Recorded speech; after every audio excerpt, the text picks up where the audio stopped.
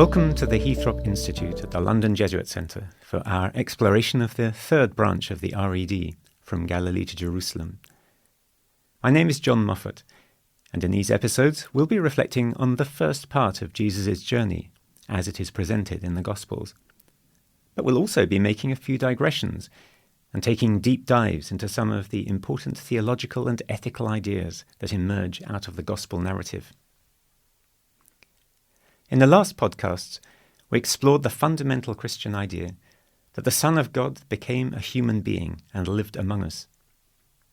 It follows that the closer we get to the real history that surrounds the Gospels, the better understanding we shall have not only of the events they describe, the words and actions of Jesus, but also of what incarnation might mean.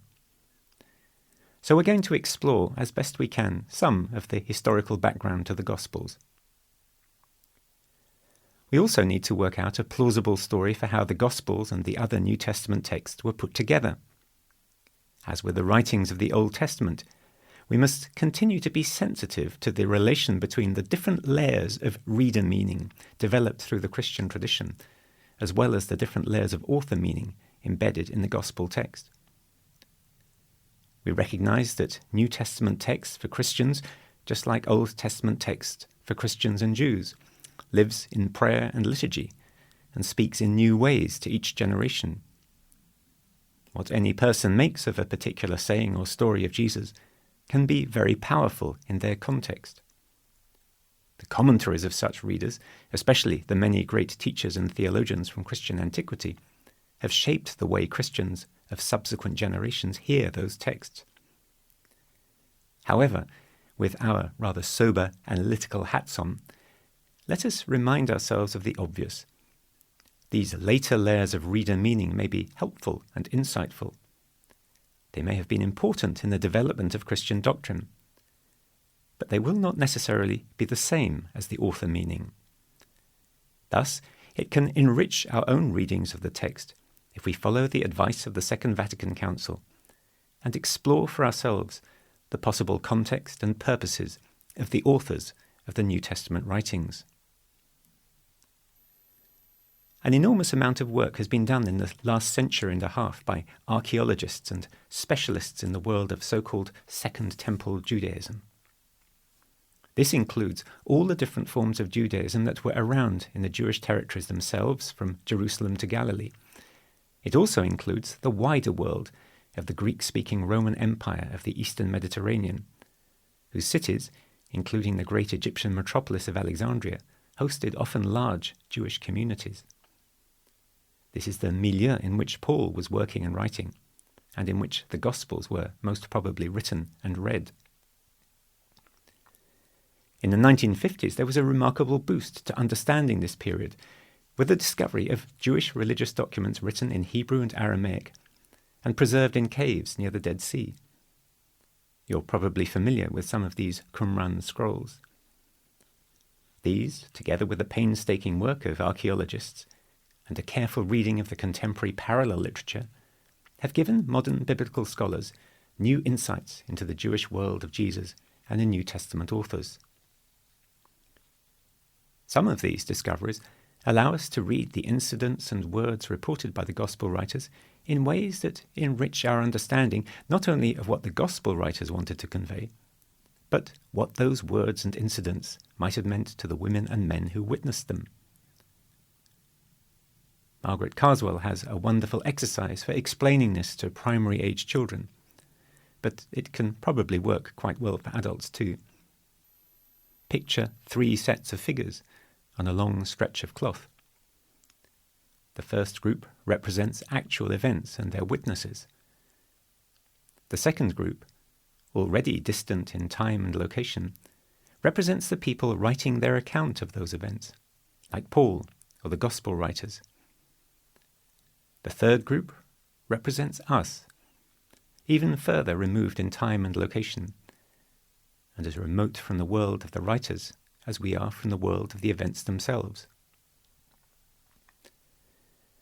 In spite of our distance, however, thanks to the work of scholars, we can sometimes reconstruct a context for events described in the Gospels, the first group of figures, and for the situation of their authors, the second group of figures, more easily than many Christian readers in earlier centuries.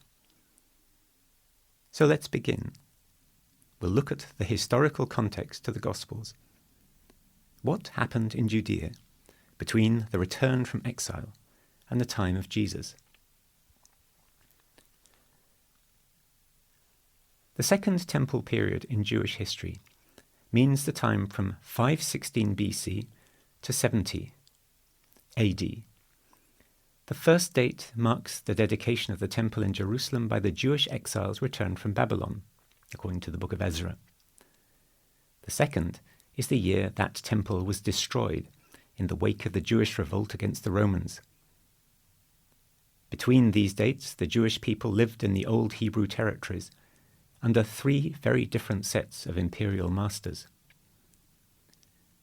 We can think of this 600-year period as having 5 phases. The first phase, under the Persians, ended around 330 BC. The second phase, under the Greeks, ended around 170 BC, with the revolt led by the Maccabees. The third phase of fragile independence ended around 63 BC, when the Romans conquered the eastern Mediterranean. The fourth phase takes the Roman period through to the death of Herod the Great, around 4 BC. The last phase is the period of direct Roman control of Judea and Jerusalem. That ended with the Jewish revolt of 66 AD and the sack of Jerusalem 4 years later.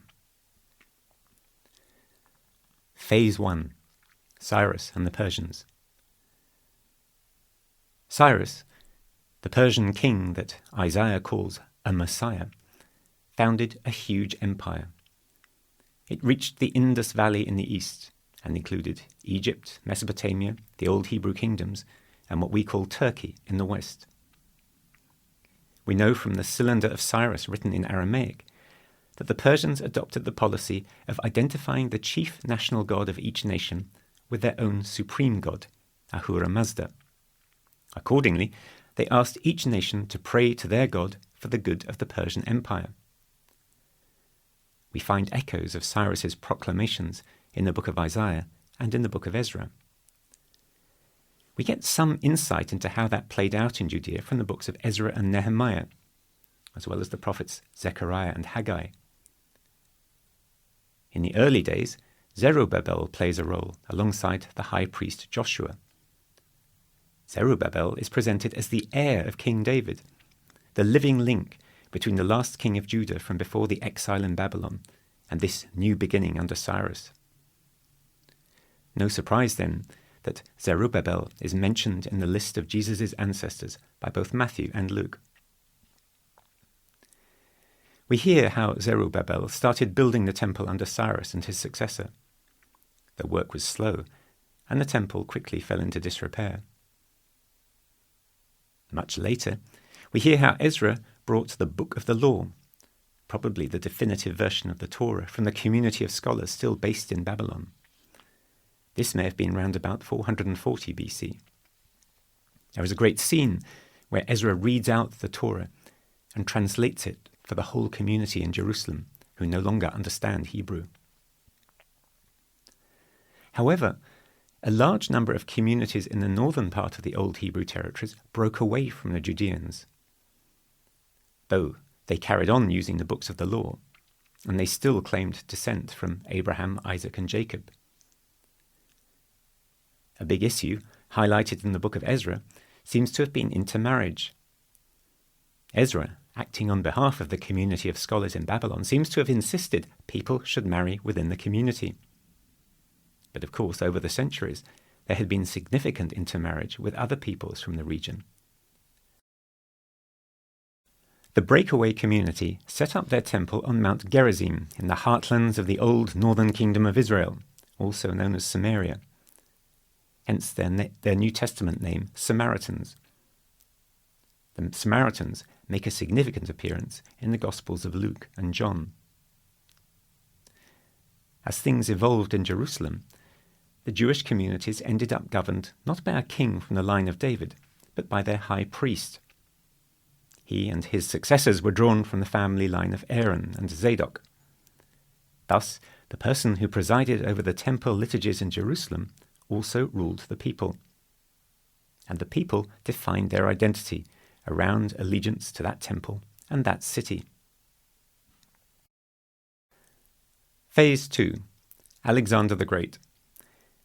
Our second phase began when Alexander the Great conquered the Persian Empire during the decade on either side of 330 BC. After his death in 323, the Jewish territories came under the dominion of his successors.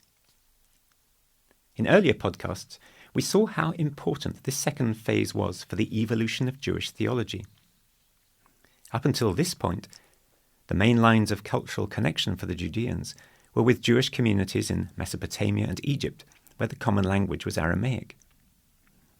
But after Alexander, the Jewish communities scattered around the eastern Mediterranean became Greek speakers. In fact, after a few generations, many no longer knew Hebrew or Aramaic, and began to use a Greek translation of the Hebrew scriptures for prayer and worship, known by us as the Septuagint.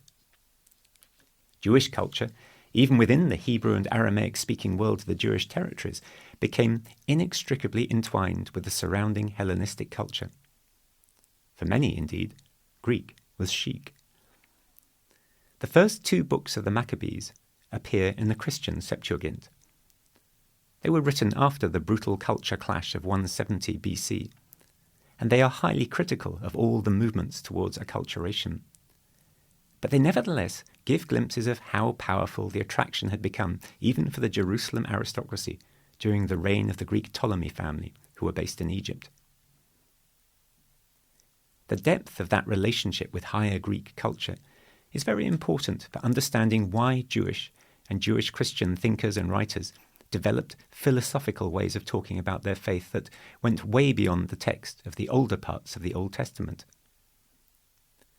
Scholars find traces of this interaction in the later books of the Jewish Bible, even though not all of them make it into the Hebrew Tanakh.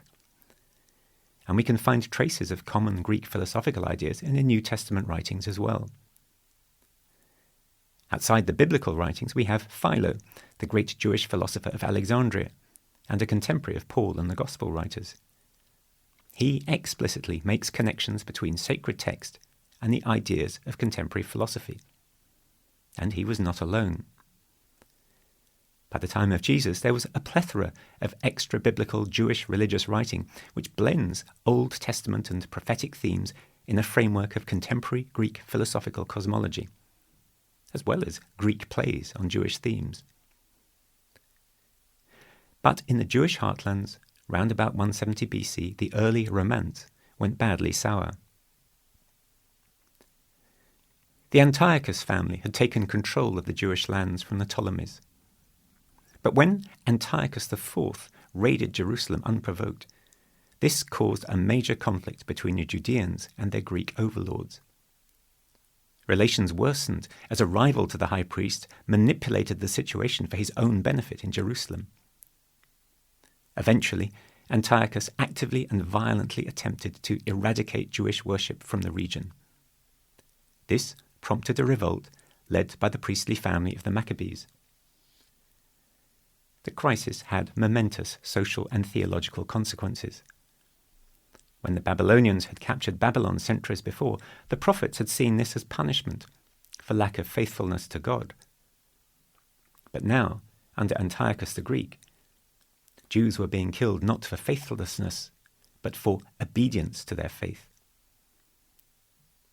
The Jewish accounts of the revolt in the books of the Maccabees, written much later, give gruesome descriptions of the tortures the victims endured for their faithfulness to the law. They highlight the victims' trust in a God who would restore their lives on the last day. Much of the book of Daniel was written in this time. It consoles the reader with a fine-grained account of the different phases of history unfolding according to God's master plan. After a sequence of very recognizable empires have risen up against God's people and been defeated, the Ancient of Days will finally appear in judgment. Together with his agent, one like a son of man, he will vindicate his people and destroy their oppressors.